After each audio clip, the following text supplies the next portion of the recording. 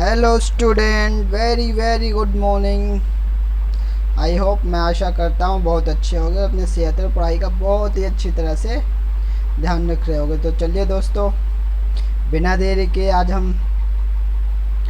का लेक्चर हम स्टार्ट करने वाले हैं। जो आज का लेक्चर है वो आज हम इकोनॉमिक्स 11 क्लास की एक एनसीईआरटी की बुक इकोनॉमिक्स का दूसरा चैप्टर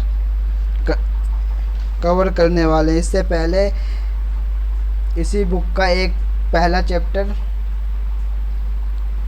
अपलोड हो चुका है, तो आई होप आपने उसे देख लिया होगा और आपको उससे जुड़ी सभी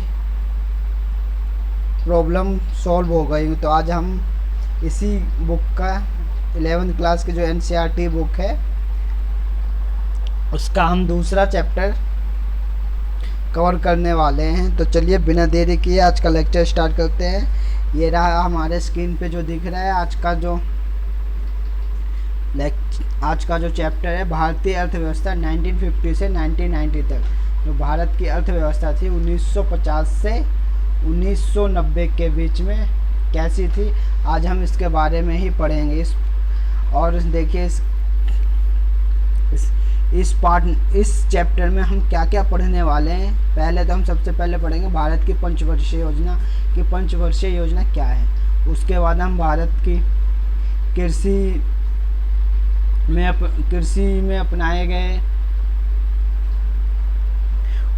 अपनाए गए स्कीम नीतियाँ को समझेंगे तथा उससे जानने की कोशिश करेंगे। तो चलिए बिना देरी के हम स्टार्ट करते हैं आज का लेक्चर।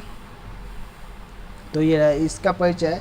15 अगस्त 1947 के दिन भारत में स्वतंत्रता का एक नया प्रभाव उदित हुआ, अतः 200 वर्षों के बाद ब्रिटिश शासन का अंत हुआ। जो 15 अगस्त, हम सभी को पता है कि 15 अगस्त 1947 को हमारा देश आज़ाद हुआ तथा लगभग 200-250 वर्षों की गुलामी के बाद हमें आज़ादी मिली। तो उस समय हमारी अर्थव्यवस्था कैसी थी, इस बारे में हम पहले चैप्टर में पढ़ चुके। आज हम पढ़ने वाले हैं कि स्वतंत्रता यानी आज़ादी के बाद कौन सी नीतियाँ अपनाई गई तथा कौन से नीति बनाए गए भारतीय अर्थव्यवस्था के लिए, इसके बारे में ही आज हम पढ़ने वाले हैं।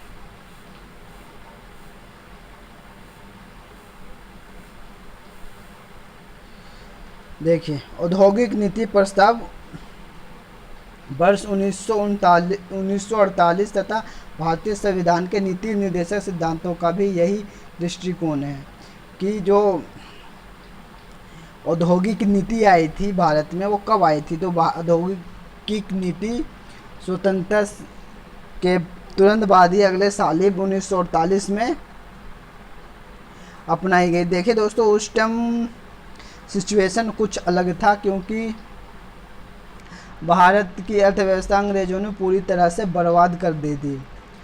क्योंकि अंग्रेज़ों का सिर्फ और सिर्फ एक ही मकसद था कि उन्होंने कच्चा माल का निर्यात ब्रिटेन करना है तथा वहाँ से बने हुए माल का आयात करके भारत के बाज़ारों में बेचना है, जिस कारण भारतीय अर्थव्यवस्था पूरी तरह से बर्बाद हो गई थी। लेकिन जब हमें आज़ादी मिली तो हमारे नेताओं के पास एक बहुत बड़ी समस्या यह थी कि सभी नागरिकों को किस तरह रोजगार प्रदान किया जाए तथा एक ऐसी योजना बनाई जाए जिससे सभी का भला हो तथा सभी का विकास हो सके। तो इसीलिए 1948 में औद्योगिक नीति प्रस्ताव रखा गया, जिसके दृष्टिकोण से वर्ष 1950 में प्रधानमंत्री की अध्यक्षता में योजना आयोग की स्थापना की गई। देखिए, योजना आयोग ये बहुत ही इम्पोर्टेंट टॉपिक है कि योजना आयोग की स्थापना कब हुई थी। तो योजना आयोग की स्थापना कब हुई थी? 1950 में हुई थी। देखिए दोस्तों, उस टाइम में पूरे यूरोप में पूंजीवादी अर्थव्यवस्था का बहुत हल्ला बोलता, क्योंकि पूरा यूरोप पूंजीवाद, उनके पास पैसा था, इसलिए उन्होंने अपनी अर्थव्यवस्था को पूंजीवादी अर्थव्यवस्था अर्थात अधिक पैसा लगा के अधिक से अधिक लाभ अर्जित कमाना, यही उनका मेन मोटिव था। इसलिए उन्होंने पूंजीवादी अर्थव्यवस्था अपना रखी थी। लेकिन हमारे पड़ोस में एक रशिया था, जिसे हम सोवियत यूनियन के नाम से जानते हैं, उसने समाजवादी अर्थव्यवस्था अपना रखी थी। और उस समय समाजवादी अर्थव्यवस्था बहुत ही उच्च स्तर पे थी। तो इसीलिए भारतीय नेताओं के पास बड़ी दुविधा थी कि वो कौन सी अर्थव्यवस्था को अपनाएं, समाजवादी या पूंजीवादी। इस पे बहुत विचार विमर्श के बाद भारतीय नेताओं ने यह निष्कर्ष निकाला कि हम ना तो पूरी तरह से पूंजीवादी अर्थव्यवस्था अपनाएंगे, ना तो पूरी तरह से समाजवादी अर्थव्यवस्था अपनाएंगे। इसलिए भारत की जो अर्थव्यवस्था है वो मिश्रित अर्थव्यवस्था है, क्योंकि भारत के कुछ अर्थव्यवस्था का कुछ भाग पूंजीवादी भी है तथा कुछ भाग भारत सरकार ने खुद अपने कंट्रोल में भी रख रखा है। इसलिए हम भारतीय अर्थव्यवस्था को मिश्रित अर्थव्यवस्था कहते हैं। तो यहाँ यहीं से क्वेश्चन बन जाता है कि भारतीय अर्थव्यवस्था किस प्रकार की अर्थव्यवस्था है। तो क्या ये याद रखिए, भारतीय अर्थव्यवस्था एक मिश्रित अर्थव्यवस्था है। भारत में सर्वप्रथम 1952 में पंचवर्षीय योजना अपनाई गई। तो पंचवर्षीय योजना क्या है? पंचवर्षीय योजना एक ऐसा प्लान है, ऐसी योजना है कि हमें इसमें एक टारगेट फिक्स किया जाता है कि हमें 5 वर्षों के अंदर इस टारगेट को अचीव करना, तथा हमारी अर्थव्यवस्था का जो रूपरेखा होगी, किस तरह आगे बढ़ेगी, उसके लिए यह टारगेट फिक्स किया जाता है कि इस 5 वर्षों में हमें अपनी अर्थव्यवस्था को यहाँ से यहाँ लेके जानी। इसे ही हम पंचवर्षीय योजना कहते हैं। और 1950 में हमारे यहाँ योजना आयोग का गठन हुआ था, जिसके अध्यक्ष कौन होते हैं? तो जिसके अध्यक्ष भारत के प्रधानमंत्री होते। तो उस टाइम हमारे भारत के प्रधानमंत्री कौन थे? पंडित जवाहरलाल नेहरू। तो योजना आयोग के प्रथम अध्यक्ष कौन थे? तो पंडित जवाहरलाल नेहरू। देखिए यहाँ से भी एक क्वेश्चन बन गया आपका कि आपसे ये पूछ लिया जाए कि भारत में योजना आयोग के प्रथम अध्यक्ष कौन थे? तो जो भारत का प्रधानमंत्री होता है वही योजना आयोग का अध्यक्ष होता है। तो भारत के पहले प्रधानमंत्री कौन थे? पंडित जवाहरलाल नेहरू। तो इसलिए भारत के प्रथम योजना आयोग के अध्यक्ष कौन थे? जवाहरलाल नेहरू। और देखिए सबसे जो इम्पोर्टेंट है कि प्रथम पंचवर्षीय योजना का मॉडल किसने तैयार करा था? तो एक हमारे बहुत बड़े अर्थशास्त्री थे, महालनोबिस, जिन्होंने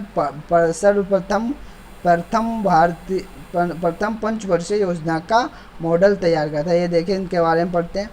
भारत की पंचवर्षीय योजना के निर्माण में अनेक प्रसिद्ध विचारकों का योगदान रहा। उनमें सांख्यिकी विद प्रशांत चंद्र महालनोबिस का नाम उल्लेखनीय है। द्वितीय पंचवर्षीय योजना का सामान्य विकासात्मक योजना में एक अति महत्वपूर्ण योगदान है। योजना का काम सही मायने में द्वितीय पंचवर्षीय योजना से प्रारंभ हुआ। इसमें भारतीय योजना के लक्ष्यों से संबंधित आधारित। तो यहाँ क्या हमने पढ़ा कि प्रथम पंचवर्षीय योजना का जो मॉडल तैयार करा था वो कौन थे? एक बहुत बड़े सांख्यिकीविद, एक अर्थशास्त्री, इकोनॉमिस्ट प्रशांत चंद्र महालनोबिस, उनकी ही अध्यक्षता में प्रथम पंचवर्षीय योजना का मॉडल तैयार किया गया। तो देखिए दोस्तों, अब आपको यह पता चल गया है कि योजना आयोग क्या है, योजना आयोग का अध्यक्ष क्या होता है, कौन होता है, तथा प्रथम पंचवर्षीय योजना का मॉडल किसने तैयार करा था। अर्थशास्त्र की भाषा में आर्थिक समृद्धि का प्रमाणिक सूचक देखिए ये है, समृद्धि या प्रमाणिक सूचक सकल घरेलू उत्पाद जीडीपी में निरंतर वृद्धि है। जीडीपी एक वर्ष की अवधि में देश में हुए सभी वस्तुओं और सेवाओं के उत्पादन का बाजार मूल्य होता है। अब यहीं से क्वेश्चन बन गया कि जीडीपी क्या आता है? ग्रॉस डोमेस्टिक प्रोडक्ट, सकल घरेलू उत्पाद, जिसे हम शॉर्ट में जीडीपी कहते हैं। जीडीपी क्या होता है? एक वर्ष अवधि में किसी एक वर्ष अवधि में एक सीमा के अंदर उत्पादित किए गए सभी वस्तुओं तथा सेवाओं का जो मूल्य होता है उसे हम जीडीपी कहते हैं। तो क्या जीडीपी किसे कहते हैं? एक वर्ष के अंदर किसी सीमा क्षेत्र के अंदर एक वर्ष में सभी वस्तुओं सेवाओं का उत्पादित किए गए मूल्यों को हम जीडीपी कहते हैं। देखिए जो, तो ये बहुत ही इम्पोर्टेंट पॉइंट है कि जीडीपी क्या है, क्योंकि जीडीपी पर ही पूरी अर्थव्यवस्था टिकी होती है। तो जीडीपी क्या है, आपको पता चल गया। एक वर्ष के अंदर किसी क्षेत्रीय सीमा के अंदर एक वर्ष के अंदर उत्पादित की गई सभी वस्तुओं और सेवाओं को हम जीडीपी कहते हैं। देश का सकल घरेलू उत्पाद देश की अर्थव्यवस्था के विभिन्न क्षेत्रकों से प्राप्त होता है। ये क्षेत्र के कृषि क्षेत्र, औद्योगिक क्षेत्र और सेवा क्षेत्र। जो हमारी अर्थव्यवस्था उसे 3 क्षेत्र में बांट रखा है। कौन से क्षेत्र? 3 क्षेत्र, जिसमें से पहला कृषि क्षेत्र जिसे हम प्राथमिक क्षेत्र कहते हैं। दूसरा औद्योगिक क्षेत्र, जहाँ कच्चे माल का उपयोग करके वस्तुओं का निर्माण किया जाता है, उसे या औद्योगिक क्षेत्र या द्वितीय क्षेत्र कहते हैं। और तीसरा है सेवा क्षेत्र, जहाँ हम सेवाएं प्रदान करते हैं। सेवाएं कैसे? जैसे मैं आपको पढ़ा रहा हूँ यानी टीचिंग दे रहा हूँ, तो ये एक सेवा है, तो ये सेवा क्षेत्र है। तो अब ये आपको पता है भारतीय अर्थव्यवस्था को कितने क्षेत्र में बांटा गया है? तो भारतीय अर्थव्यवस्था को 3 क्षेत्रों में बांटा गया। प्राथमिक क्षेत्र यानी कृषि क्षेत्र, द्वितीय क्षेत्र यानी औद्योगिक क्षेत्र, तृतीय क्षेत्र यानी सेवा क्षेत्र। चलिए अब आगे चलते हैं। आधुनिकीकरण वस्तुओं और सेवाओं का उत्पादन बढ़ाने के लिए उत्पादों को नई प्रौद्योगिकी का अपनाना पड़ता है। देखिए दोस्तों, यदि हम किसी वस्तु को बनाना चाहते हैं तथा बहुत बड़ी मात्रा में बनाना चाहते हैं तथा अर्थव्यवस्था का ज़्यादा विकास करना चाहते हैं, तो हमें आधुनिक चीज़ों का उपयोग करना पड़ेगा। जैसे हमें मशीन का उपयोग करना पड़ेगा, जिस कारण हम कम लागत में ज़्यादा से ज़्यादा माल उत्पादन कर सकते हैं। उदाहरण के लिए किसान पुराने बीजों के स्थान पर नई किस्म के बीजों का प्रयोग कर खेतों की पैदावार बढ़ा सकता है। उसी प्रकार एक फैक्ट्री में नई मशीन का उपयोग कर उत्पादन बढ़ी जा सकती है। देखिए, तो अभी मैंने आपको बताया कि अगर आपको ज़्यादा से ज़्यादा माल का प्रोडक्शन करना है तो आपको आधुनिकीकरण यानी मशीनों का सहारा लेना पड़ेगा, जिस कारण हम ज़्यादा से ज़्यादा उत्पाद बनाकर बेचेंगे और हम अधिक से अधिक लाभ अर्जित कर सकेंगे।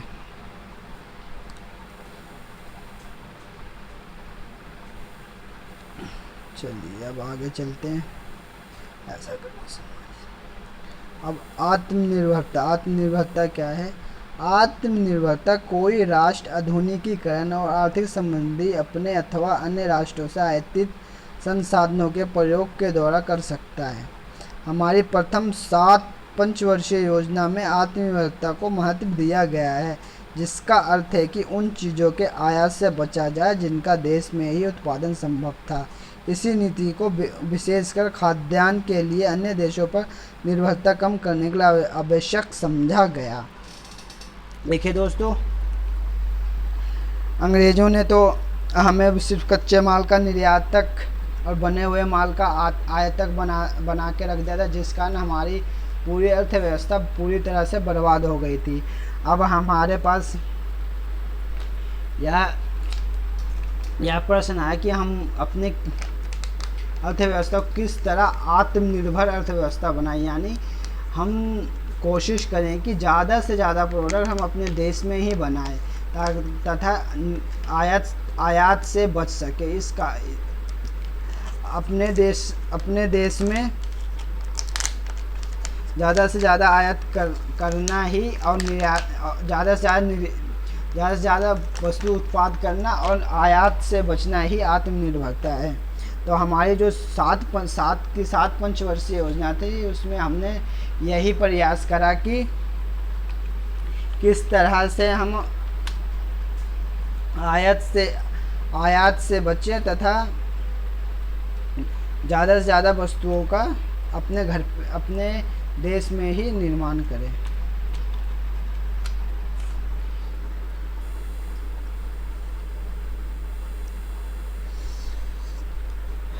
तो देखिए दोस्तों, अब आपको यह पता चल गया होगा कि आज़ादी के बाद हमारी अर्थव्यवस्था कैसी थी तथा योजना आयोग ने किस तरह काम करा। और प्रथम पंचवर्षीय योजना, तो प्रथम पंचवर्षीय योजना थी, उसका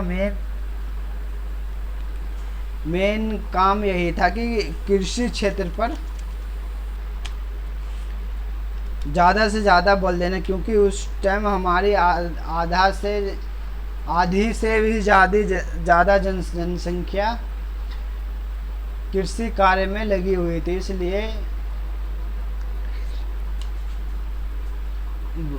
इसलिए भारत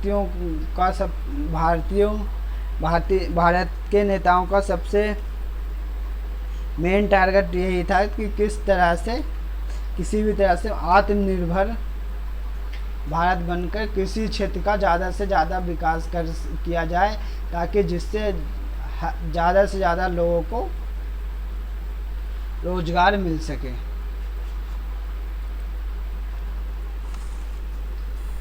अब देखिए मैंने आइए अब हम जानने का प्रयास करें कि 1950 से 1990 तक की अवधि में लागू की गई प्रथम 7 पंचवर्षीय योजनाओं ने किस प्रकार इन लक्ष्यों को प्राप्ति के प्रयास के लिए किए तथा कृषि उद्योग और व्यापार के संदर्भ में ये प्रयास कहाँ तक सफल रहे हैं।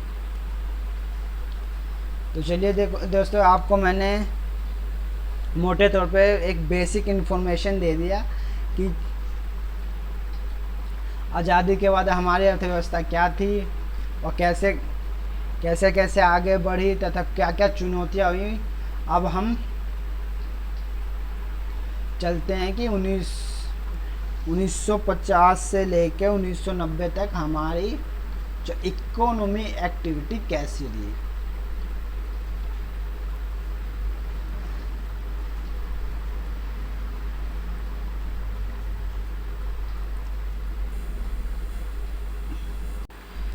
तो चलिए दोस्तों, अब हम चलते हैं भारत की प्रथम पंचवर्षीय योजना की तरफ। तो भारत में सर्वप्रथम पंचवर्षीय योजना कब अपनाई गई? 1 अप्रैल 1951 को, यानी 1951 को सर्वप्रथम पहली बार पंचवर्षीय योजना अपनाई गई। और ये इस योजना का मेन मकसद था कि किसी भी तरह से भारत में फैलती अराजकता को दूर करना तथा संतुलन करके एक स्थिर इकोनॉमी प्रदान करना तथा आत्मनिर्भरता प्राप्त करना। देखिए दोस्तों, जो फर्स्ट 5 इयर्स प्लान था वो उसमें यही जोर दिया गया कि किस तरह से हम अपनी कृषि में आत्मनिर्भरता प्राप्त कर सकें, क्योंकि हमारी अंग्रेज़ों के अपनाई नीतियों के कारण हमारी कृषि व्यवस्था पूरी तरह से बर्बाद हो गई थी, जिस कारण सर्वप्रथम हमने कृषि के क्षेत्र में ही आत्मनिर्भरता पाने के लिए प्रथम पंचवर्षीय योजना अपनाया तथा इसमें कृषि के क्षेत्र में आत्मनिर्भरता पाने के लिए पूरी तरह से कार्य किया। इस योजना के तहत कृषि एवं सिंचाई को प्राथमिकता दी गई, यानी कृषि पे जोर दिया गया तथा सिंचाइयों के लिए नहर बनाए गए तथा सिंचाइयों की व्यवस्था की गई, जिससे ज़्यादा से ज़्यादा मात्रा में खाद्यान्न फसलों का उत्पादन हो तथा देश को आत्मनिर्भर बनाया जा सके। इस योजना का प्राप्ति का लक्ष्य से अधिक था। इस योजना में 2.1% ब्याज दर द्वारा प्राप्त की गई। इसके साथ ही कृषि सिंचाई और समुदाय विकास के क्षेत्र में बहुत सफलता प्राप्त हुई। जो प्रथम पंचवर्षीय योजना थी यह लगभग कामयाब हुई, क्योंकि इस योजना में हमने आत्मनिर्भरता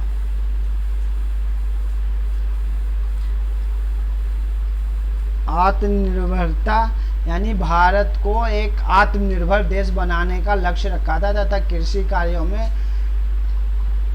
खूब विकास किया तथा सिंचाई की व्यवस्था कराई, किसानों को अच्छे बीज उपलब्ध करवाएं, जिस कारण हमारी प्रथम पंचवर्षीय योजना लगभग सफल रही। देखिए दोस्तों, इस योजना के तहत ही हमने भूमि सुधार भी करा। ये देखिए, भू सुधार। स्वतंत्रता प्राप्ति के समय देश की भू सुधार पद्धति में जमींदार जागीरदार आदि का वर्चस्व था। ये खेतों में कोई सुधार किए बिना मात्र लगान की वसूली किया करते। देखिए दोस्तों, ये जो जमींदार और जागीरदार थे, ये भी अंग्रेजों के टाइम से गरीब किसानों को बहुत सताते थे, इसलिए इन्होंने सिर्फ और सिर्फ लगान वसूली करना सीखा, लेकिन भू सुधार के लिए कोई काम नहीं किया, कोई भी कार्य नहीं किया, जिस कारण हमारी अर्थव्यवस्था और नीचे गिरती गई। लेकिन जो फर्स्ट 5 ईयर प्लान था, पंचवर्षीय योजना, उसमें भूमि सुधार के भी कार्य किए गए, सिंचाई की व्यवस्था की गई, लोगों को जागरूक किया गया। तो हम ये कह सकते हैं कि प्रथम पंचवर्षीय योजना पूरी तरह से कृषि आधारित पंचवर्षीय योजना थी। इसका जो मेन कार्य यही था कि किसी भी तरह से भारत को खाद्यान्न फसलों के मामले में आत्मनिर्भर बनाना।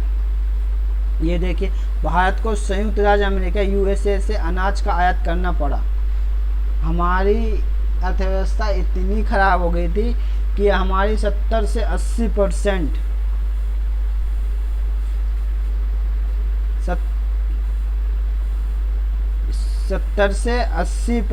जनसंख्या कृषि कार्यों में लगी होने के बाद भी हम अपना खुद का पेट नहीं भर पा रहे थे और हमें USA से अनाज आयात करना पड़ रहा था। तो आप सोच सकते हैं हमारी अर्थव्यवस्था कितनी बुरी तरह से खराब हो चुकी थी। हमारी पूरी अर्थव्यवस्था बिचौलियों, जमींदार जागीरदार के हाथों में फंस चुकी थी तथा वो किसानों को पूरी तरह से शोषण करते थे। ये जो पंचवर्षीय योजना, पहली पंचवर्षीय योजना, इसका मेन कार्य यही था कि अपनी कृषि में आत्मनिर्भरता प्राप्त करके भारतीय